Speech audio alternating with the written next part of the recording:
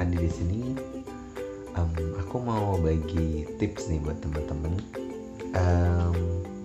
Ini tips buat teman-teman yang kerjanya di bagian keuangan, di bagian penghitungan uang, admin keuangan, atau mungkin bahkan teman-teman sales yang sering collection uang dari toko-toko, atau kalian yang bagian keuangan yang terima uang setoran dari sales. Kalau kalian baru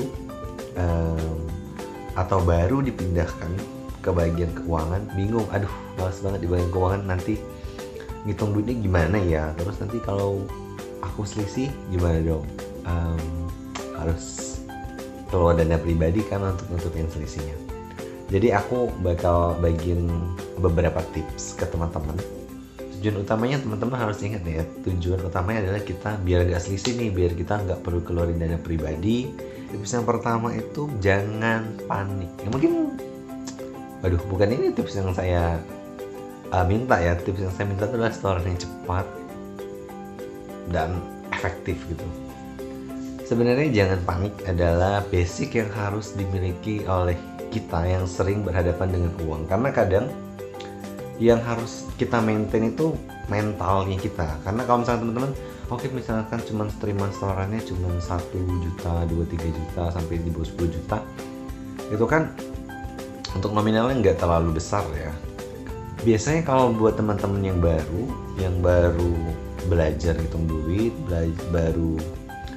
baru pertama kali menghadapi uang setoran yang banyak, teman-teman cenderung panik biasanya, atau aduh gimana nih duitnya baik banget, mana berantakan lagi, ada staples lagi, ada tempelan, isolasi segala macam aja kayak.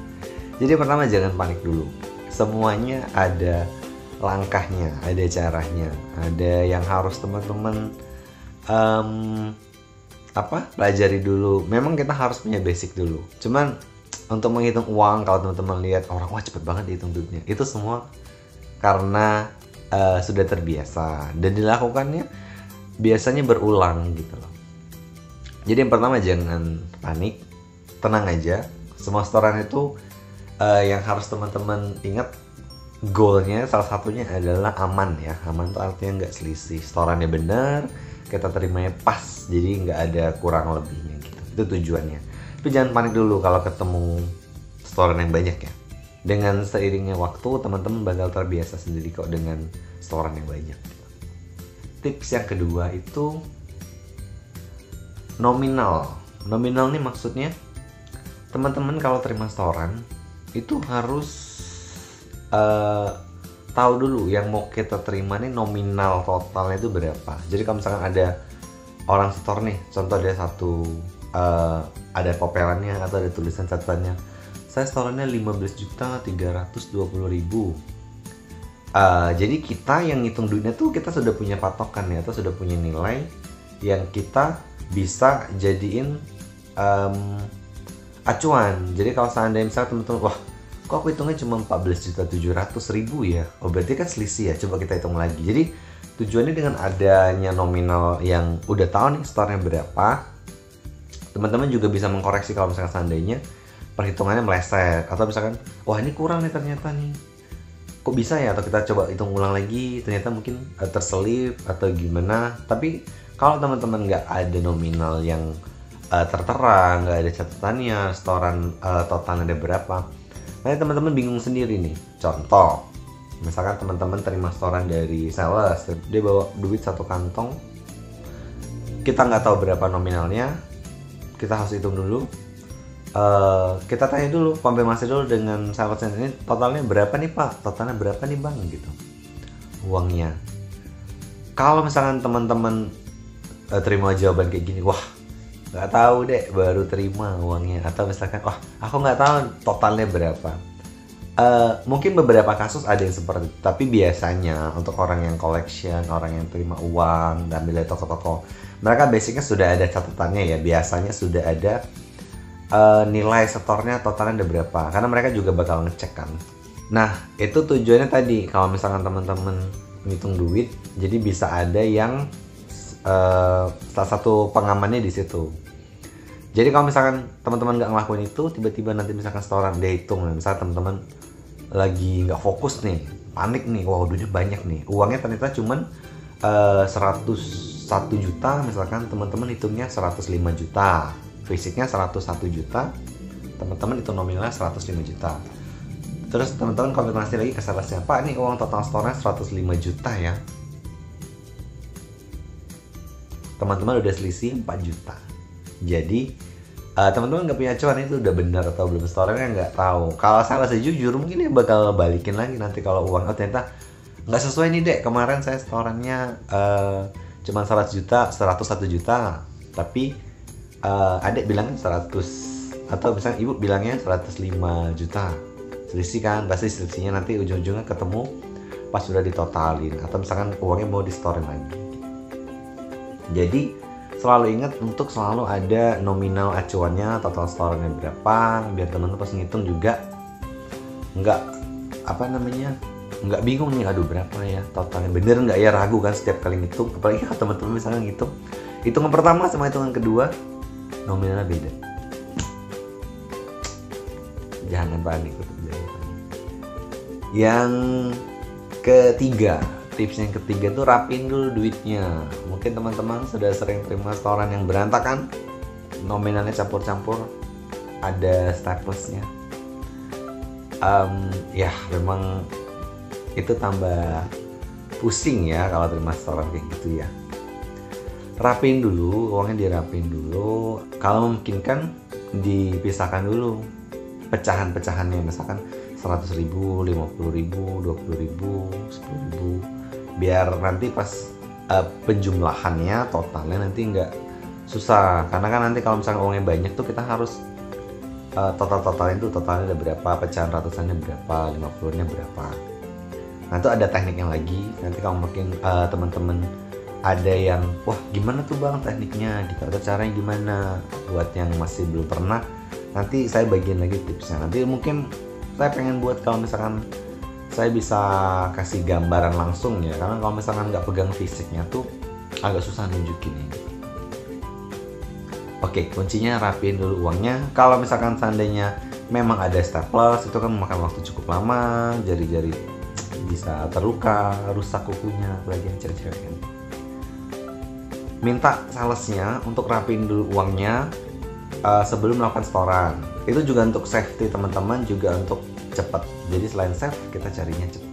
Tips nomor 4. Tips yang keempat. Tips yang keempat itu kenalin dulu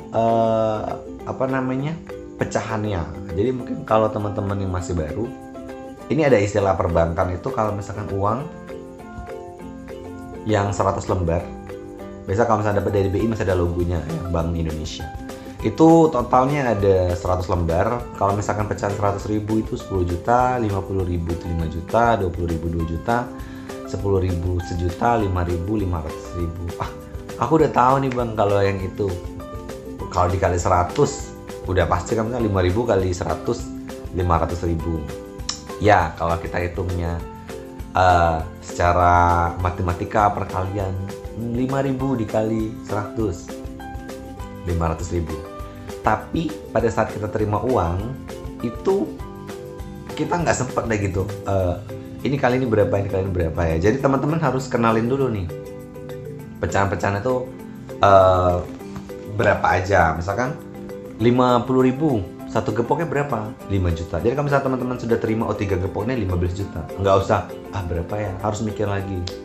Tapi itu nanti seiring waktu teman-teman bakal terbiasa. Tapi sebelum terjadi kesalahan, ada baiknya teman-teman mengenali dulu cara bedainnya yang gepokan, yang brutan. Kalau brut itu terdiri dari 10 gepok. Jadi kalau misalkan pecahan 100.000, satu gepoknya 10 juta, satu brutnya berarti 100 juta. Yang teman-teman suka lihat satu karet gitu ada 10 gepok, nah itu 100 juta. Kalau pecahan 50-an berarti 50 juta. Nah misalnya teman-teman dapat setoran di 285 juta, itu teman-teman udah gampang lihat misalnya 285 juta. Mungkin ada pecahan ratusan 200, 50-annya ada 50 juta satu brut, sama ada 35 juta 50-an. Itu lama-lama teman-teman bakal terbiasa kalau misalkan udah tahu nih. Ada istilahnya brut, gepok, lipetan. Kalau lipetan itu misalkan uangnya nggak nyampe nih 100 lembar, itu gimana ya biar kita nggak susah ngitungnya. Untuk pecahan 100.000 sama 50 ribuan biasanya per 1 jutanya dilipat tuh, jadi biar bisa tahu. Misalkan cuman ada 30 lembar 100 ribuan, dilipat aja per 10 lembarnya untuk pecahan 100.000, 1 juta, 2 juta, 3 juta. Mungkin teman-teman juga udah pernah lihat ya kalau untuk pecahan 100.000. Jadi pas ngitung tuh langsung tek, oh 3 juta. Misalkan ada 3.700.000 ya, lipatannya 3, 700-nya lepas aja gitu, lembar aja. Kita hitung 3 juta, baru 100 ribuannya 7 lembar, 3.700.000. Nah untuk pecahan 50 juga, jadi ringkasnya gini, untuk pecahan 100.000, 50.000 itu jadikan lipatan 1 juta, pecahan 20.000, 10.000, 5.000 dilipat menjadi 100.000. Kalau untuk pecahan 20.000, untuk pecahan 2.000 dan pecahan 1.000 itu dilipat per 10.000 aja. Nah, jadi itu tujuannya biar teman-teman nanti begitu terima restorannya udah rapi, ngitungnya udah cepet. Dan inget teman-teman nggak perlu panik, nggak ada yang perlu ditakutin. Yang penting teman-teman tenang aja. Semakin panik biasanya semakin turun konsentrasi kita, biasanya gitu. Nah nanti kalau misalnya teman-teman perlu juga tipsnya gimana sih lihatnya atau ngitungnya, rapinnya, cara ngitung cepet gitu kalau uangnya berantakan, itu gimana sih caranya? Nanti kalau misalnya ada kesempatan buat share lagi, nanti aku bagiin ke teman-teman ya, biar kita sama-sama belajar. Teman-teman yang masih baru juga belajar, udah punya pengetahuan minimal, biar nanti pas eksekusi udah nggak panik lagi. Gitu aja. Thank you.